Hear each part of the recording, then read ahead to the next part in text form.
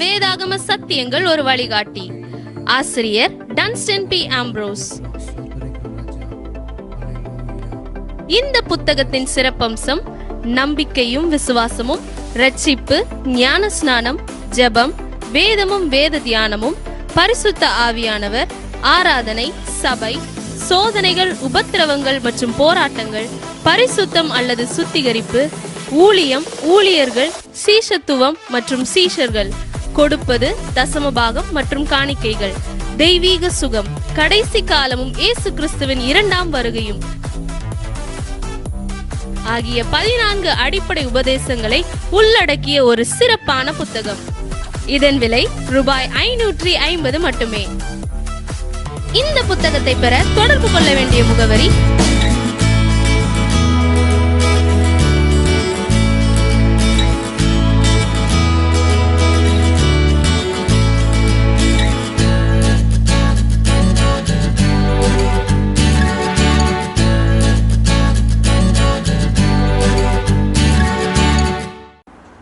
கர்த்தருடைய பரிசுத்த நாமத்திற்கு மகிமை உண்டாவதாக.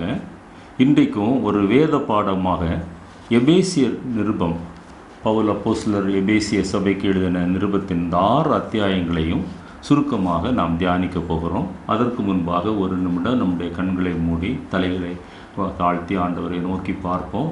நல்ல ஆண்டவரே, நாங்கள் உண்மை நன்றியோடு கூட துதிக்கிறோம். ஆண்டவரே, கர்த்தர் நீர் நல்லவர், நல்லவர், நல்லவர். அப்பா, எங்களை கரம் பிடித்து வழி நடத்தி செல்கிற கண்மணி போல பாதுகாக்கிற நல்ல தகப்பனே, உங்களுடைய கரத்தில் ஆண்டவரே இந்த வேலையை ஒப்பு கொடுக்குறோம். நீங்கள் ஆளுகை செய்யுங்க. அடியானை மறைத்து ஆண்டவரே நீங்கள் பேசுங்க. உங்களுடைய நாமம் மாத்திரம் மகிமைப்படட்டும். பேசுகிற எனக்கும் கேட்கிற ஒவ்வொருவருக்கும் ஆண்டவரே ஆசீர்வாதமாய் மாற்றுங்க. தாழ்த்துகிறோம், வெறுமையாக்குகிறோம். துதி, கனம், மகிமையெல்லாம் நேர் எடுத்துக்கொள்ளும்.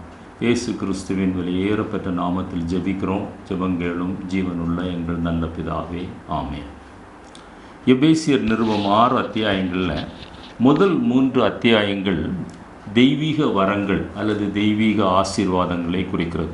குறிப்பாக புத்திர சுவிகாரம், பாவ மன்னிப்பு, மீட்பு, தேவன் நமக்கு வைத்திருக்கிற சுதந்திரங்கள், அவர் தருகின்ற தேவ வல்லமை, நித்திய ஜீவன், கிருபை மற்றும் குடியுரிமை, அதாவது சிட்டிசன்ஷிப் இன் த ஹெவன், மற்றும் கிறிஸ்துவின் தேவ அன்பை வெளிப்படுத்துகிறதாய் காணப்படுகிறது.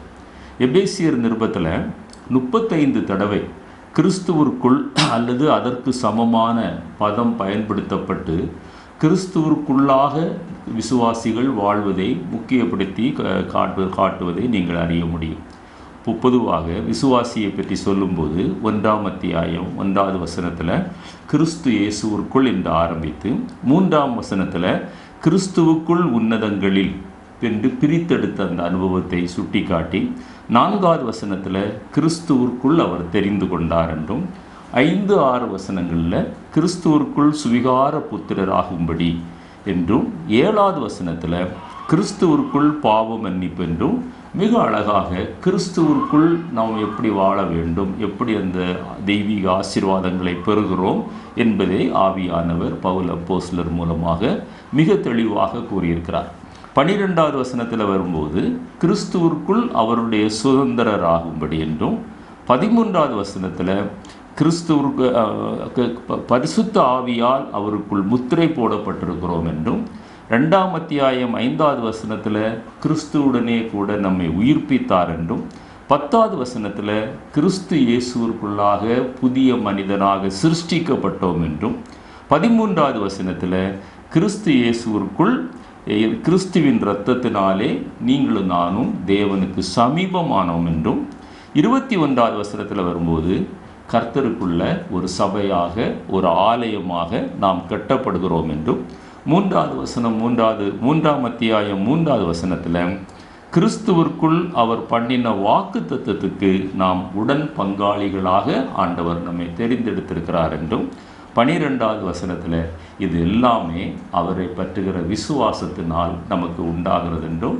ஆவியானவர் மிக தெளிவாக எழுதியுள்ளார். 4ஆம் அத்தியாயம் 1 முதல் 6 வசனங்கள், 4ஆம் அத்தியாயத்தில் 1 முதல் 6வது வசனம் வரைக்கும் மற்றும் 20வது வசனத்தை நீங்கள் வாசித்து பார்த்தீங்கன்னா அதில் இன்னும் சில காரியங்களை ஆவியானவர் எழுதி வைத்திருக்கிறார். அதில் முக்கியமான காரியம்தான் நாம் இன்றைக்கு அதிகமாக தியானிக்க போகிறோம். முதல் வசனத்திலேயே அழைக்கப்பட்ட அழைப்பிற்கு நீங்களும் நானும் பாத்திரவான்களாய் நடக்க வேண்டும். அந்த முதல் 3 அத்தியாயங்களிலே சொல்லப்பட்ட அந்த தெய்வீக ஆசீர்வாதங்கள் அல்லது வரங்கள் நம்முடைய வாழ்க்கையிலே சொந்தமாக வேண்டுமென்றால் அழைக்கப்பட்ட அழைப்பிற்கு நீங்களும் நானும் பாத்திரவான்களாய் மாற வேண்டும். அதாவது doctrinal life versus personal life என்று சொல்லுவாங்க. சத்தியம் நமக்கு தெரியும், சத்தியத்தை அறிந்திருக்கிறோம், கேட்கிறோம், பேசுகிறோம், பிரசங்கிக்கிறோம், போதிக்கிறோம். ஆனால் அதன்படி வாழ்வது தான் மிக முக்கியமான ஒரு அனுபவம். அதைத்தான் பவுல் அப்போஸ்தலர் ரோமருக்கு எழுதின நிருபத்தில் அவர் அழகாக சொல்லுவார். நம்முடைய அந்த குணாதிசயம் நம்முடைய நமக்கு வர வேண்டிய ஆசீர்வாதங்களை அது டிட்டர்மைன் பண்ணுறதில்லை, அது முடிவு பண்ணுவதில்லை. மாறாக நம்ம தேவனிடத்திலிருந்து பெற்றுக்கொண்ட ஆசீர்வாதங்கள் மூலமாக நம்முடைய வாழ்க்கையில் ஒரு மாற்றத்தை ஆண்டவர் எதிர்பார்க்கிறார். அதை தொடர்ந்து ஆவியானவர் 4ஆம் அத்தியாயம் 16வது வசனத்தில் வரும்போது நம்முடைய சரீரத்தில் உள்ள எல்லா அவயவங்களும் கூட பக்தி விருத்தியில் பங்கு பெற்று பக்தி விருத்தி அடைய வேண்டும் என்று சுட்டி காட்டுகிறார். அதோடு கூட அப்படி நம்முடைய சரீரத்தில் உள்ள அவயவங்கள் எல்லாம் செயல்படும் போது தான் ஆவிக்குரிய வரங்கள் நம்மிடத்தில் செயல்படுகிறது. 22வது வசனத்தில் வரும்போது சொல்லுவார், அந்த பழைய மனுஷனை நாம் களைந்து போட்டு 24வது வசனத்தில் புதிய மனுஷனை தரித்து கொள்ள வேண்டும். எது புதிய மனுஷன் என்று கேட்பீர்களேயானால் மெய்யான நீதியும் பரிசுத்தமுமே புதிய மனிதன் என்று ஆவியானவர் நமக்கு எழுதி வைத்திருக்கிறார். 5ஆம் அத்தியாயத்தில் பார்ப்பீர்களேயானால் முதல் 21 வசனங்கள் 1லிருந்து 21 வசனங்கள் தேவனுடைய பிள்ளைகளுக்கென்ற ஒரு பரிசுத்த ஜீவியத்தை குறித்து ஆவியானவர் வலியுறுத்துகிறார். 22வது வசனமும் அதே நேரத்தில் 6ஆம் அத்தியாயம் 9வது வசனத்திலையும் அப்படிப்பட்ட பரிசுத்த ஜீவியம் செய்கிற ஜனங்கள் எந்த நிலையிலும் எந்த நேரத்திலும் ஆண்டவருடைய வருகை இருக்குமேயானால் அவர்கள் மறுரூபம் அடைவார்கள் என்று பார்க்கிறோம். 6ஆம் அத்தியாயத்தில் வரும்போது 10லிருந்து 20 வசனங்களை நீங்கள் வாசித்து பார்த்தீங்கன்னா இது ஒரு லேசான ஒரு அனுபவம் அல்ல. அப்படிப்பட்ட அந்த மறுரூபம் அடைகிற அனுபவம் ஆண்டவருக்கு ஒப்பாக அவருடைய சாயலுக்கு ஒப்பாக மறுரூபம் அடைகிற அனுபவத்தில் நமக்கு பலவிதமான போராட்டங்கள் வரும். அந்த போராட்டங்களை மேற்கொள்வதற்காக ஆண்டவர் ஒரு ஆவிக்குரிய யுத்தத்தை அங்கே சுட்டி காட்டுகிறார். இந்த எபேசியர் நிருபத்தில் மிக முக்கியமான ஒரு பகுதி என்னவென்றால் அந்த எபேசியர் 2:17 தேவன் கிறிஸ்து இயேசுவிற்குள் நம்மை அவரோடு கூட எழுப்பி உன்னதங்களிலே உட்கார வைத்தார். இப்போ ஆண்டவர் ஏற்கனவே நம்மை அவரோடு கூட பாவத்தில் மரித்து போயிருந்த நம்மை ஆண்டவர் எப்படி நம்முடைய பாவங்களுக்காக மரித்து அவர் கல்லறையிலே அடக்கம் பண்ணப்பட்டு 3ஆம் நாள் உயிர்த்தெழுந்தாரோ அதே போல நம்மை புதிய மனுஷனாக அந்த ஞான ஸ்நானம் என்கிற சத்தியத்தில் தண்ணீரிலே மூழ்கி நாம் எழும்பி வெளியிலே வருவது போல ஆண்டவர் நம்மை உயிரோடு கூட எழுப்பி உன்னதங்களிலே அவர் உட்கார வைத்தார் என்று நாம் பார்க்கிறோம். அது ஆல்ரெடி அந்த பாஸ்ட் டென்ஸில் அவர் சொல்கிறார். ஆனால் அதை நம்ம காத்து கொள்ள வேண்டும், அதற்கு பாத்திரவான்களாய் நடக்க வேண்டும்.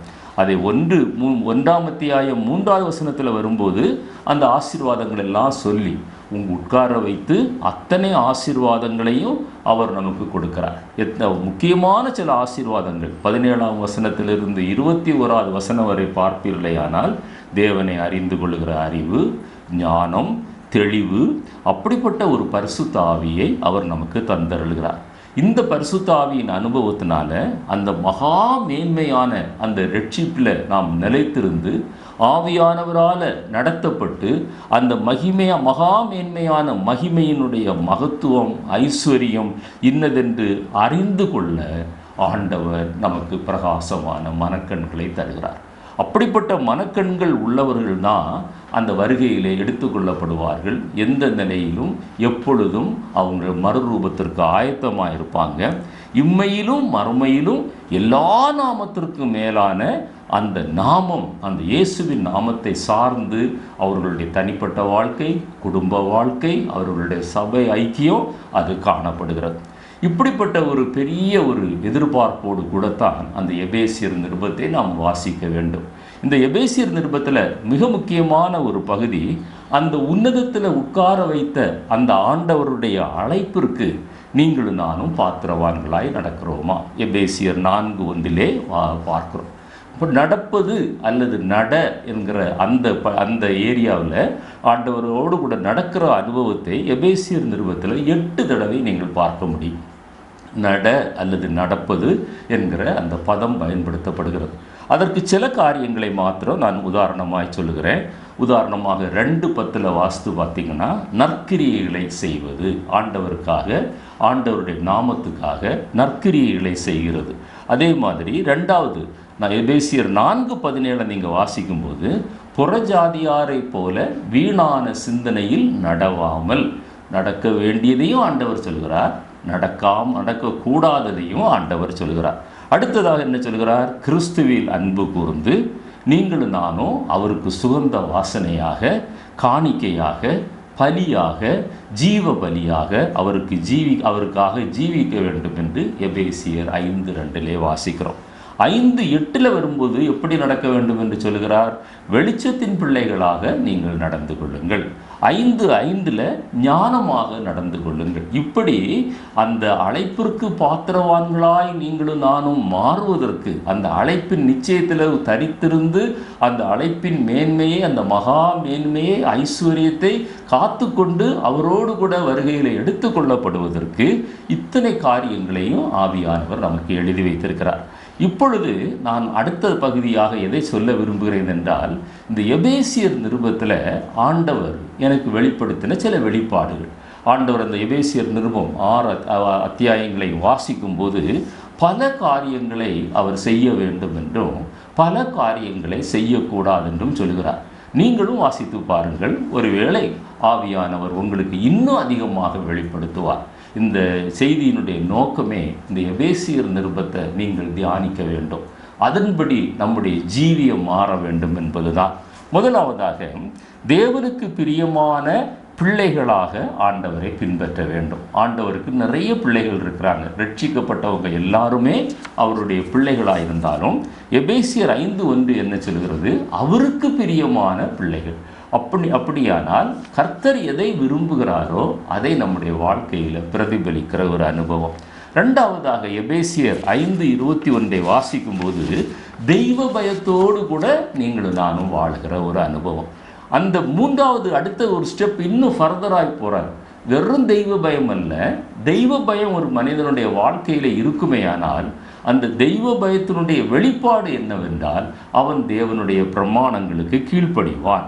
அந்த கீழ்ப்படிதலில் 3 முக்கியமான கீழ்ப்படிதல், 4 கீழ்ப்படிதல் என்று கூட முக்கியமான கீழ்ப்படிதல் சொல்லலாம். உதாரணமாக, விசுவாசிகளிடத்தில் நாம் எப்படி காணப்படுகிறோம்? அது 5:21 வாசிக்கிறோம். 6:1 பிள்ளைகளே, உங்கள் பெற்றாருக்கு கர்த்தருக்குள் நீங்கள் கீழ்ப்படியுங்கள் என்று பிள்ளைகள் பெற்றோருக்கு கீழ்ப்படிவதை குறித்து நாம் வாசிக்கிறோம். எபேசியர் 6:5 எஜமானருக்கு பயத்தோடும் நடுக்கத்தோடும் கர்த்தருக்கு கீழ்ப்படியுங்கள், ஏனென்றால் அந்த எஜமானுக்குரிய அந்த அதிகாரத்தை கொடுத்தவர் கர்த்தர். அதே போல மனைவிகளே, நீங்கள் புருஷனுக்கு கீழ்ப்படியுங்கள், அதே நேரத்தில் புருஷரே நீங்கள் மனைவியினிடத்தில் அன்பு கூறுங்கள். இப்படி பல வகையான கீழ்ப்படிதலையும் ஆவியானவர் நமக்கு சுட்டி காட்டுகிறார். இது ஒவ்வொன்றும் ஒவ்வொரு செய்தி. எனவே தான் நான் ஒரு ஹிண்ட்ஸ் கொடுக்கறது மாதிரி அல்லது ஒரு ஸ்கெலிட்டல் ஸ்ட்ரக்சர் தான் உங்களிடத்தில் கொடுத்து கொண்டிருக்கிறேன். இது அதனுடைய நோக்கம் என்னவென்றால், நீங்களும் நானும் அதை தியானிக்க வேண்டும். அடுத்ததாக நாம் செய்ய வேண்டிய காரியம் என்ன? பரிசுத்த ஆவியினால் நிறைந்து, அந்த தெய்வ பயம் வேண்டும், தெய்வ பயத்தோடு கீழ்ப்படிதல் வேண்டும். அடுத்தது பரிசுத்த ஆவியினால் நிறைந்து தேவ பிரசன்னத்தில் நம்ம நிலைத்திருக்கிற ஒரு அனுபவம். இது எபேசியர் 4:18 பின்பகுதியும் எபேசியர் 4:21 முன்பகுதியும், அந்த 2 வசனங்களில் இந்த காரியத்தை ஆவியானவர் சுட்டி காட்டுகிறார். பரிசுத்த ஆவி இருந்து நம்ம பாடுவோம், அல்லது அந்நிய பாஷை பேசுவோம், அல்லது தீர்க்க தரிசனம் சொல்வோம். அது எல்லாமே நன்மையான காரியங்கள். ஆனால் அதே நேரத்தில் ஆவியானவர் சொல்கிறார், பரிசுத்த ஆவியினால் நிறைந்திருக்கிற ஒரு மனிதன் தெய்வ பயத்தோடு கூட தேவ பிரசன்னத்தில் வாழ்வான். தேவ பிரசன்னத்தில் வாழ்கிற மனிதனுக்கு உலகத்திற்கும் சம்பந்தம் இருக்காது. அவன் உலகத்தை விட்டு அவன் வேறுபட்டு ஜீவிக்கிற ஒரு அனுபவம் உள்ளவனாக இருப்பான். 5வதாக, பரிசுத்த ஆவி தேவ பிரசன்னத்தை மாத்திரம் தருவதல்ல, பரிசுத்த ஆவியானவரால் நாம் பலப்படுகிற அனுபவம். அது எபேசியர் 3:16 வாசிக்கும்போது உள்ளான மனிதனில் பலப்படுகிற அனுபவம். 4:23 வாசிக்கும்போது உள்ளத்தில் புதிதான ஆவி, 6:10 வாசிக்கும்போது கர்த்தருடைய சத்துவத்தில் வல்லமை. இப்படி வித்தியாசமாக அந்த வல்லமையில், பரிசுத்த ஆவியின் வல்லமையில் உள்ளான மனிதன் பலப்பட்டு அந்த புதிய ஆவி உள்ள மனிதர்கள் கர்த்தருடைய சத்துவத்தினால அந்த வல்லமையை பெற்றுக்கொள்கிறார்கள். அதைத்தான் தாவீது சொல்லும்போது, கர்த்தருடைய பலத்தால் ஒரு மதிலை தாண்டுவேன், ஒரு சேனைக்குள் பாய்ந்து செல்வேன் என்று சொல்லுகிறார். அடுத்ததாக அந்த சமாதான கட்டினால ஆவியின் ஒருமைப்பாடு.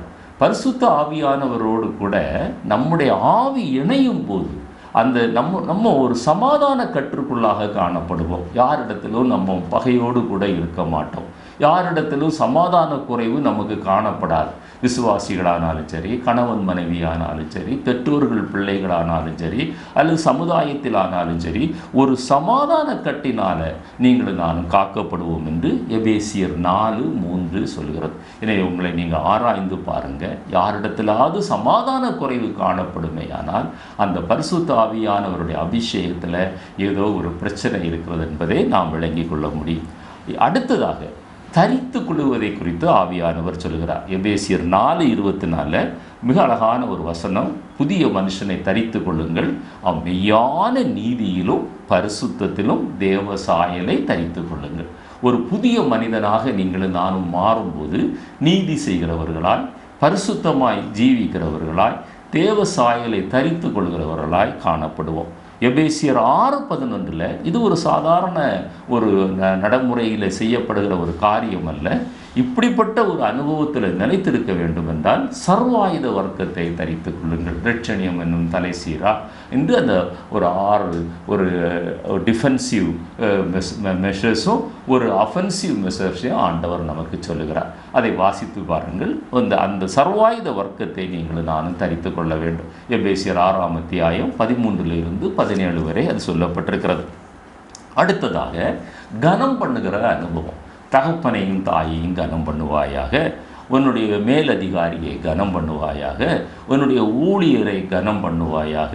நம்ம கனம் பண்ணினா தான் ஆண்டவர் நம்மை கனப்படுத்துவார். கனம் பண்ணுவோம், கனப்படுத்தப்படுவோம் என்கிற ஒரு செய்தி நான் கொடுத்திருக்கிறேன். அதை கேட்டு பாருங்கள். எபேசியர் 6:3 சொல்கிறது, கனம் பண்ணுகிறவர்களாய் காணப்பட வேண்டும். கனம் பண்ணுவதில் நீங்களும் நானும் முந்தி கொள்ள வேண்டும். அடுத்ததாக தேவனுடைய பரிபூரணத்தினால எபேசியர் 3:19 தேவனுடைய பரிபூரணத்தினால நீங்களும் நானும் நிரப்பப்பட வேண்டும். அவருடைய திவ்ய சுபாவங்கள், அவருடைய குணாதிசயங்கள், அவருடைய ஆவியின் வரங்கள், ஆவியின் கனிகள், ஆவியின் வல்லமை, இதெல்லாம் பரிபூர்ணமாய் நம்மிடத்தில் நிரப்பப்பட வேண்டும் என்று ஆவியானவர் சொல்கிறார். இப்படிப்பட்ட ஒரு மனிதனை ஆவியானவர் எப்படி சொல்கிறார்? எபேசியர் 4:11-15 வரை வாசித்து பார்ப்பீர்களே ஆனால் பூரண புருஷராக ஆவியானவர் பார்க்கிறார். நீங்களும் நானும் ஒரு பூரண புருஷராக அல்லது புருஷியாக, ஒரு மனிதனாக, ஒரு மனுஷியாக மாற வேண்டும் என்பதுதான் ஆவியானவருடைய சித்தம். ஆண்டவர் நம்மை அழைத்த நோக்கம் அதுதான். கிறிஸ்து நம்மை மன்னித்தது போல ஒருவரை ஒருவர் மன்னிக்க வேண்டும். அது அடுத்ததாக சொல்கிறார். எபேசியர் 4:32 நாம் பாவிகளாக இருக்கையில் ஆண்டவர் நம்மை தேடி வந்து மன்னித்தார். மன்னிக்காத பகுதி நம்முடைய வாழ்க்கையிலே காணப்படுகிறதா? யாரையாவது நாம் மன்னிக்காமல் இருக்கிறோமா? அல்லது இந்த மனிதனை என்னால் மன்னிக்கவே முடியாது, இந்த சம்பவத்தை மறக்கவும் முடியாது என்று நாம் மனதில் நினைத்து கொண்டிருக்கிறோமா? இன்றைக்கு ஆவியானவர் நம்மோடு கூட சொல்கிறார், கனப்படுத்துவதை போல மன்னிப்பதிலும் நம்ம உண்மையாக இருக்க வேண்டும். எனவே நம்மை நாமே ஆராய்ந்து பார்க்க வேண்டும். இப்பொழுது நம்ம சொன்ன காரியங்களில் எது நம்மிடத்தில் இல்லை என்பதை பார்க்க வேண்டும். எபேசியர் 3:17 அவர் இன்னொரு அருமையான காரியத்தை ஆண்டவர் சுட்டி காட்டுகிறார். கிறிஸ்துவனுடைய அன்பில் நீங்களும் நானும் வேரூன்றி நிற்க வேண்டும். மாயமற்ற அன்பு, எந்த பிரதி உபகாரத்தை எதிர்பாராத அன்பு, முழு இருதயத்தோடும், முழு பலத்தோடும், முழு ஆத்துமாவோடும், முழு சிந்தையோடும் தேவனிடத்தில் அன்பு கூறுகிற ஒரு அனுபவம். நம்மை நேசிப்பது போல பிறனை நேசிக்கிற ஒரு அனுபவம், சத்துருவை நேசிக்கிற ஒரு அனுபவம். எனவே நம்முடைய வாழ்க்கையில் இப்படிப்பட்ட காரியங்கள் இருக்கிறதா என்று இன்றைக்கு நாம் ஆராய்ந்து பார்ப்போம். அடுத்ததாக மனத்தாழ்மை, சாந்தம், நீடிய பொறுமை, சுத்தமான அன்பு, இவைகளெல்லாம் விசுவாசிகளுக்கு மத்தியில் காணப்பட வேண்டும் என்று ஆவியானவர் எபேசியர் 4:2 சொல்கிறார். அப்போது ஆண்டவரை சொந்த இரட்சகராக ஏற்றுக்கொண்ட ஒரு மனிதன் சாந்தத்தோடு, மனத்தாழ்மையோடு கூட, விசுவாசத்தோடு கூட, பரிசுத்தத்தோடு கூட மற்றவர்களை மன்னிக்கிறவனாய் காணப்பட வேண்டும். அடுத்ததாக ஆண்டவர் சொல்லுகிற ஒரு காரியம் எபேசியர் 5:14 எழுந்திரு என்று சொல்கிறார். எங்கே இருந்து எழுந்திருக்கணும்? மரித்தோரிலிருந்து நீ எழுந்திரு, தூக்கத்திலிருந்து நீ எழுந்திரு. ரெண்டும் கிட்டத்தட்ட ஒரே மாதிரியான அனுபவம் தான். மரித்த மனிதனும் தூங்கி கொண்டிருக்கிற மனிதனும் ஒருவருக்கு ஆவி இருக்கிறது, ஒருவருக்கு ஆவி இல்லை. ஆனால் அவர்களுடைய அந்த நிலைப்பாடு ஒன்றுதான். கர்த்தருக்காக செயல்படாத ஒரு மனிதன் ஞானஸ்நானம் பெற்றும், பரிசுத்த ஆவியின் அபிஷேகம் பெற்றும், ஆரம்பத்தில் ரட்சிக்க பெற்றும், பாவமர கழுவப்பட்டும், அந்த நிச்சயம் இருந்தும், இன்னும் ஆலயத்திற்கு சென்றும், தசமபாகங்கள் காணிக்கைகளை ஒழுங்காய் கொடுத்தும், பல வருடங்கள் சென்ற பிறகும் ஆண்டவருக்காக எந்த செயல்பாடும் இல்லாமல், எந்த ஆத்தும ஆதாயமும் இல்லாமல் நாம் இருக்கிற ஒரு மனிதனை பார்த்து தான் ஆண்டவர் சொல்கிறார், தூங்குகிற நீ மரித்தோரிலிருந்து எழும்பு. அப்போது ஆண்டவருக்காக செயல்படாத ஒரு மனிதன் ஆண்டவருடைய பார்வையில் மரித்த ஒரு மனிதனாய் காணப்படுகிறான், அல்லது தூங்குகிற ஒரு மனிதனாய் காணப்படுகிறான். அதை இன்னும் அதை எம்பசைஸ் பண்ணி சொல்வதற்காகத்தான் எபேசியர் 5:16 சொல்கிறார், காலத்தை பிரயோஜனப்படுத்திக் கொள்ளுங்கள், நாட்கள் பொல்லாதவைகளானபடியினால். இன்னும் எவ்வளவு நாட்கள் நம்முடைய நாட்கள் செல்லும் என்று நமக்கு தெரியாது. நம்முடைய காலங்கள் கர்த்தருடைய கரத்தில் இருக்கிறது. எனவே கர்த்தர் கொடுத்த இந்த ஆயுசு நாட்களில் கர்த்தருக்காக எதையாவது செய்ய வேண்டும், ஒரு சிலரையாவது ஆதாயம் பண்ண வேண்டும், ஒரு சில ஆத்துமாக்களையாவது ஆண்டவரிடத்தில் கொண்டு வர வேண்டும், அந்த நரக ஆக்கினையிலிருந்து தப்புவிக்க வேண்டும். ரட்சிக்கப்படாத கணவன் அல்லது மனைவி அல்லது பெற்றோர் அல்லது பிள்ளைகள், சகோதரர்கள், சகோதரிகள், ரட்சிக்கப்படாத கலீக்ஸ், நம்ம ஃப்ரெண்ட்ஸு, நம்மை சுற்றி வசிக்கிற ஜனங்கள், அன்றாடம் பழகுகிற ஜனங்கள், இவர்களை நாம் ஆதாயப்படுத்த வேண்டும் என்று ஆவியானவர் சொல்லுகிறார். தூக்கத்திலிருந்து நீ எழும்பிரு, நீ மரித்தோரிலிருந்து எழும்பு, காலத்தை நீ பிரயோஜனப்படுத்து. அதே நேரத்தில் பெற்றோர்களிடத்தில் சொல்கிறார், உன்னுடைய பிள்ளைகளை கர்த்தருக்கேற்ற சிட்சையிலும் போதனையிலும் நீ வளர்க்க வேண்டும். உன்னுடைய பிள்ளைகள் நல்ல படிக்க வேண்டும், நல்ல அறிவு பெற வேண்டும், அல்லது நல்ல ஃபர்ஸ்ட் ரேங்க் வாங்க வேண்டும், டாக்டர் ஆக வேண்டும், என்ஜினியர் ஆக வேண்டும், உயர்ந்த அந்தஸ்தில் இருக்க வேண்டும், நல்ல இடத்துல திருமணம் பண்ண வேண்டும். இதெல்லாம் பெற்றோர்கள் விரும்புவது வழக்கம். நான் தவறு என்று சொல்லவில்லை. ஆனால் பிள்ளைகள் ரட்சிக்கப்பட்டிருக்கிறார்களா, ஞானஸ்நானம் பெற்றிருக்கிறார்களா, பரிசுத்த ஆவியின் அபிஷேகம் பெற்றிருக்கிறார்களா, பரிசுத்தமாய் ஜீவிப்பார்களா? இன்றைக்கு ஆண்டவருடைய வருகை இருந்தால் உங்களுக்கு அவரோடு கூட போகிற நிச்சயம் இருக்கும்போது உங்களுடைய பிள்ளைகளும் உங்களோடு கூட எடுத்துக்கொள்ளப்படுவார்களா? அதைத்தான் நம்முடைய வாழ்க்கையில் நாம் முக்கியமாக உற்று பார்க்க வேண்டும். கர்த்தருக்கேற்ற சிட்சையிலும் போதனையிலும் நீங்கள் வளர்க்க வேண்டும். வல்லவர்களாய் அந்த நீங்களும் நானும் காணப்பட வேண்டும். அந்த என்ன வல்லவை? அந்த அறிவுக்கு எட்டாத தேவ அன்பை உணர்கிற ஒரு அனுபவம். அது இருந்தால் தான் இந்த நான் சொன்ன அந்த காரியங்கள் மேலே நமக்கு ஒரு வாஞ்சை வரும். நமக்காக அடிக்கப்பட்டு, நொறுக்கப்பட்டு, இரத்தம் சிந்தப்பட்டு, காரி துப்பப்பட்டு, பரிகாசம் பண்ணப்பட்டு, நிந்திக்கப்பட்டு, தூஷிக்கப்பட்டு, நமக்கு ஒரு விலையேற பெற்ற ரட்சிப்பை கொடுத்து உன்னதத்திலே அவரோடு கூட உட்கார வைத்தாரே, அந்த தேவ அன்பை உணர்கிற ஒரு வல்லவர்களாய் நீங்களும் நானும் மாற வேண்டும். நம்மெல்லாம் அந்த விசுவாசத்தில் வீக்காக இருக்கக்கூடாது, அதில் நம்ம ஸ்ட்ராங்காக இருக்க வேண்டும் என்று எபேசியர் 3:19 வாசிக்கிறோம். அடுத்ததாக அவர் சொல்கிறார், நலமான வேலை செய்யுங்கள், நலம் பிரயாசப்படுங்கள். இன்றைக்கு வேலைக்கு போகாமலே வீட்டிலே இருந்து கொண்டு சோம்பேறிகளாக இருக்கிற அநேக ஆண்களை நாம் பார்க்கிறோம், பெண்களை பார்க்கிறோம். அதே ஆண்டவர் நம்மிடத்தில் சொல்கிறது, நலமான வேலை செய்ய வேண்டும், கர்த்தருடைய நாமம் மகிமைப்படும்படியான வேலை செய்ய வேண்டும், கர்த்தருடைய நாமம் தூஷிக்கப்படும்படியான வேலை நாம் செய்யக்கூடாது. நாம் கர்த்தருக்காக பிரயாசப்பட வேண்டும், நம்முடைய குடும்பத்திற்காக பிரயாசப்பட வேண்டும், நம்முடைய குடும்பம் போஷிக்கப்பட வேண்டும், உடுத்துவிக்கப்பட வேண்டும், பாதுகாக்கப்பட வேண்டும், அவர்களுடைய எதிர்காலத்தில் அவர்களுக்கு ஒரு செக்யூர்டு லைஃப் இருக்க வேண்டும். இது போன்ற காரியங்களில் கவனம் உள்ளவர்களாய் பெற்றோர்கள் அல்லது புருஷர்கள் அல்லது மனைவிமார்கள் காணப்பட வேண்டும் என்று ஆண்டவர் சொல்கிறார். மனப்பூர்வமாய், அடுத்ததாக சொல்கிறார், மனப்பூர்வமாய் தேவ சித்தத்தின்படி கர்த்தருக்கு நீங்களும் நானும் ஊழியம் செய்ய வேண்டும். எபேசியர் 6:6 8 இதை நமக்கு சுட்டி காட்டுகிறது. கட்டாயத்தினால் அல்ல, யாரோ ஒருவர் சொல்வதனால் அல்ல, அல்லது ஏதோ ஒன்று கிடைக்கும் என்ற உலக பிரகாரமான ஆதாயத்திற்காக அல்ல, புகழுக்காக அல்ல, பேருக்காக அல்ல, மனப்பூர்வமாய் சமயம் வாய்த்தாலும் வாய்க்காவிட்டாலும் திருவசனத்தை ஜாக்கிரதையாய் பிரசங்கம் பண்ணுகிற அனுபவம், மற்றவர்களை கர்த்தரண்டையில் வழி நடத்துகிற அனுபவம், மற்றவர்களுக்காக ஜெபிக்கிற ஒரு அனுபவம், ஏதாவது ஒரு ஊழியத்தை நீங்களும் நானும் செய்ய வேண்டும் என்று ஆவியானவர் சொல்கிறார். 20ஆவதாக ஊழியர்கள் அல்லது ஊழியங்களுக்காக நீங்களும் நானும் ஜெபிக்கிறவர்களாய் காணப்பட வேண்டும். ஊழியர்களை அந்த ஊழியங்களை ஜெபத்தில் அதிகமாய் தாங்க வேண்டும் என்று எபேசியர் 6ஆம் அத்தியாயத்தில் 18 20 வசனங்களை வாசிக்கும் போது நாம் விளக்கிக் கொள்ள முடியும். 21வது காரியம் என்ன சொல்கிறாருன்னா, நம்ம செய்ய வேண்டியது கர்த்தருடைய சிந்தையை அல்லது தேவ சித்தத்தை உணர்ந்து செயல்பட வேண்டும். அந்த ஆவியின் ஒருமைப்பாடு நம்மிடத்தில் இருக்குமேயானால், பரிசுத்த ஆவியானவர் நம்மிடத்தில் நிரந்தரமாய் தங்கி இருப்பாரேயானால், நம்முடைய ஒவ்வொரு அசைவிலும் அல்லது நம்முடைய ஒவ்வொரு செயல்பாட்டிலும் தேவ சித்தம் வெளிப்பட வேண்டும், தேவ சித்தம் நிறைவேற வேண்டும் என்கிற வாஞ்சை நம்முடைய உள்ளத்தில் அது பிரவாகித்து ஓடிக்கொண்டே இருக்கும். அது எபேசியர் 5:17 நம்ம அதை வாசிக்கிறோம்.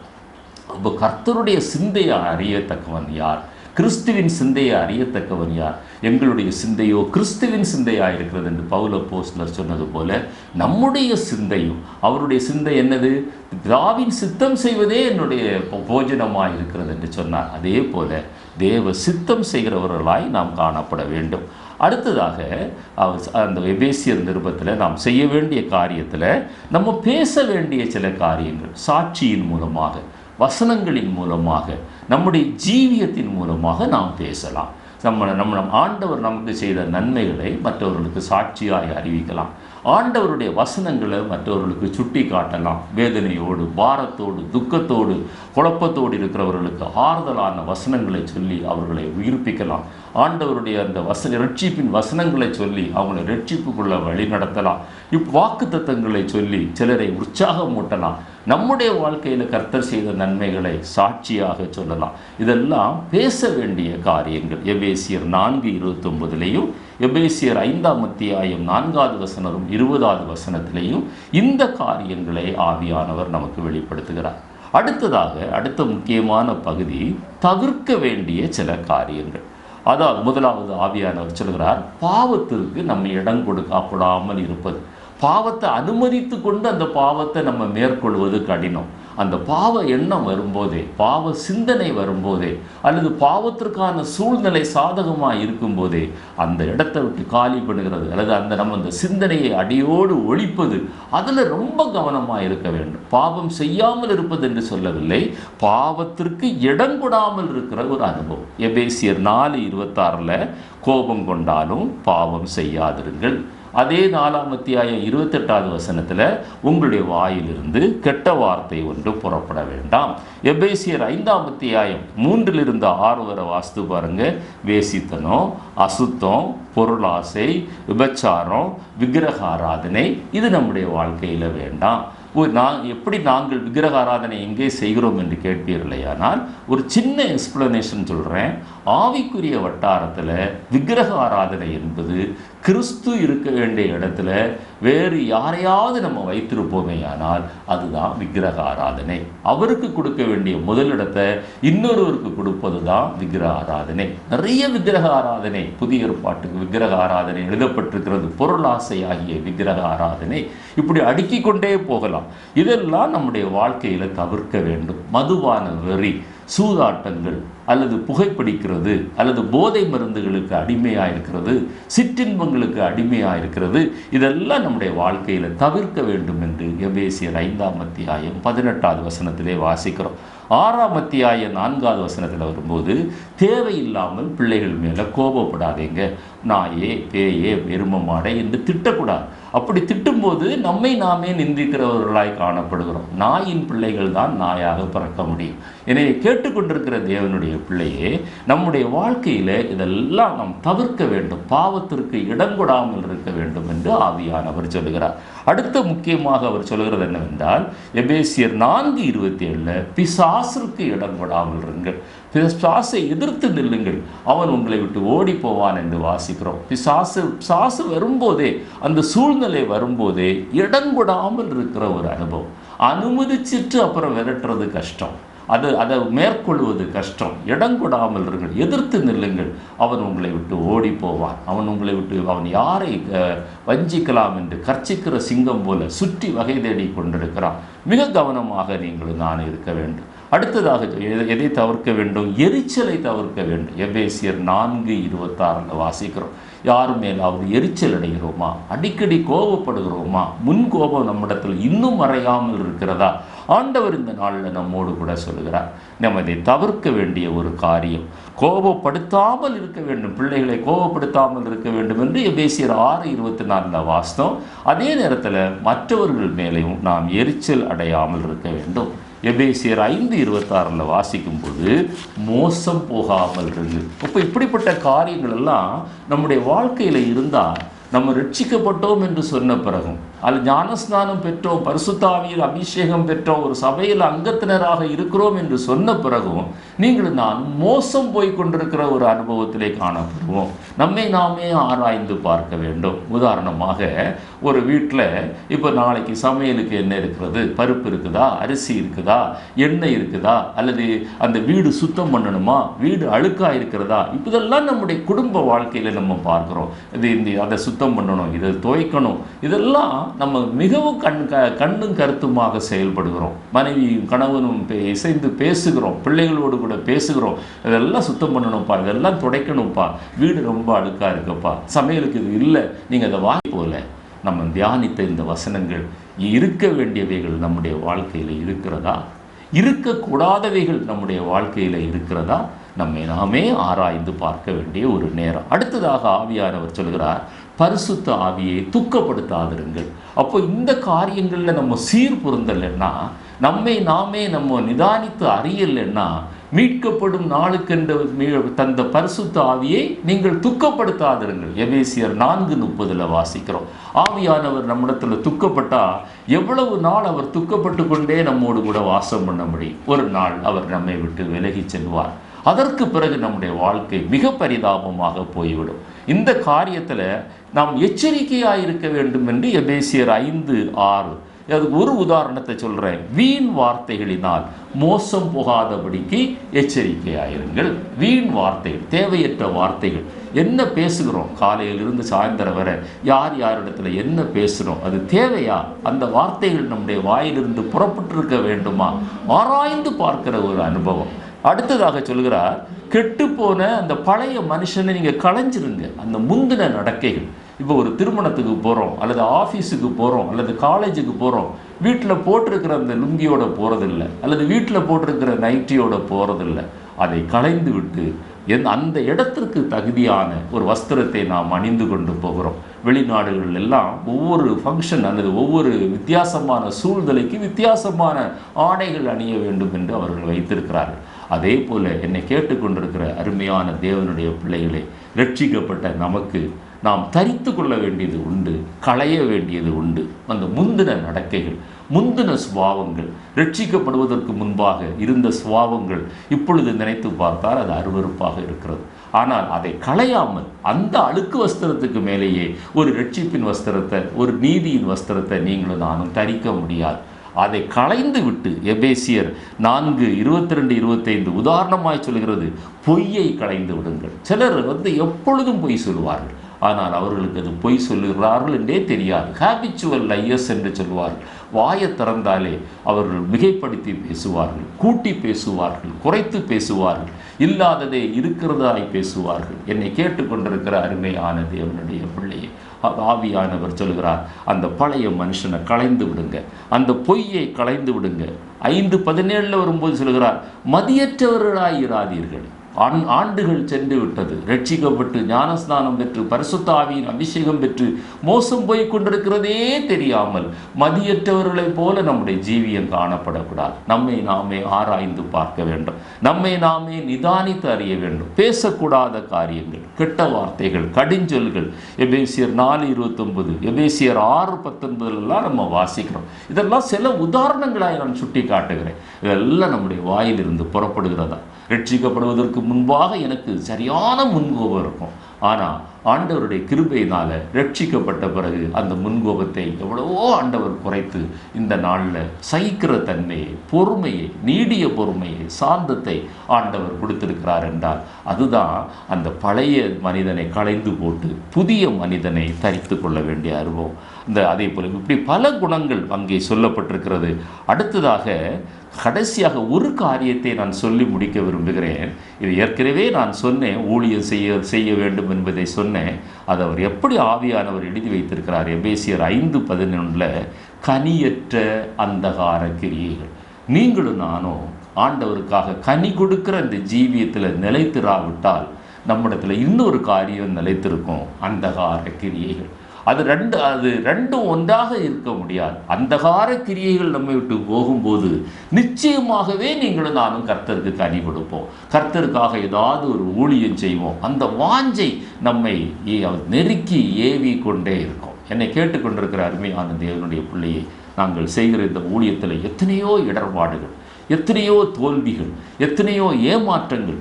ஆனால் அதை எல்லாம் தாண்டி ஏன் இதை தொடர்ந்து செய்து கொண்டிருக்கிறோம் என்றால், அந்த ஒரு கனி உள்ள ஜீவியத்தில் நிலைத்திருக்க வேண்டும் என்கிற ஒரே ஒரு வாஞ்சை தான். ஒரு சிலரையாவது அக்கினிக்கு தப்புவிக்க வேண்டும். இதே செய்தியை நேற்றைக்கு நான் 50 நிமிடம் நான் பேசும்போது அந்த சவுண்ட் ரெக்கார்ட் ஆகலை. மிகுந்த வேதனையாக இருந்தது, இருதயத்தில் அவ்வளவு துக்கப்பட்டேன். ஆனால் அதே செய்தியை திரும்பவும் இன்றைக்கு பேசும்படியாக ஆவியானவர் இந்த நேரத்தை எனக்கு தந்திருக்கிறார். இது ஏன் சொல்லுகிறேன் என்றால், ஆண்டவருக்காக ஏதாவது ஒன்றை செய்ய வேண்டும், ஏதாவது ஒன்றை சாதிக்க வேண்டும். அந்த ஜீவனுள்ள நாளெல்லாம் நன்மையும் கிருபையும் தொடர வேண்டும், நம்மிலே தொடர வேண்டும், நம்மிலிருந்து மற்றவர்களுக்கும் தொடர வேண்டும். அந்த கனியற்ற அந்தகார கிரியைகளுக்கு உடன்படாமல் இருக்கிற அனுபவம். எனவே இந்த வசனங்கள் எல்லாம் நான் சுட்டி காட்டினோம். இன்னும் எவ்வளவோ காரியங்கள் அந்த 6 அத்தியாயங்களிலும் இருக்கிறது. ஆனால் இந்த குறிப்பிட்ட நேரத்தில் சொல்ல முடியாதபடினாலே முக்கியமாக ஒன்றை திரும்பவும் ஞாபகப்படுத்துகிறேன். அழைக்கப்பட்ட அழைப்பிற்கு, அந்த உன்னத அழைப்பிற்கு அந்த பாத்திரவான்களாய் நீங்களும் நானும் நடந்து கொள்வோம். தேவன் தாமே இந்த வார்த்தைகளை ஆசீர்வதிப்பாராக. இந்த செய்தி உங்களுக்கு ஆசீர்வாதமாக இருந்தால் மற்றவர்களுக்கு அறிமுகப்படுத்துங்கள். உங்களுக்காக நாங்கள் தொடர்ந்து ஜெபித்து கொண்டிருக்கிறோம். நீங்களும் எங்களுக்காக ஜெபியுங்கள். கர்த்தர் தாமே உங்களையும் எங்களையும் அழைப்பிற்கு பாத்திரவான்களாய் உன்னதத்திலே உட்கார வைத்த அந்த ஆண்டவருடைய அந்த உன்னதமான அழைப்பிற்கு பாத்திரவான்களாய் இந்த உலகத்தில் ஜீவித்து அந்த உன்னத நிலைமைக்கு மறுரூபமாகி சென்றடைய கர்த்தர் உதவி செய்வாராக. ஆமென்.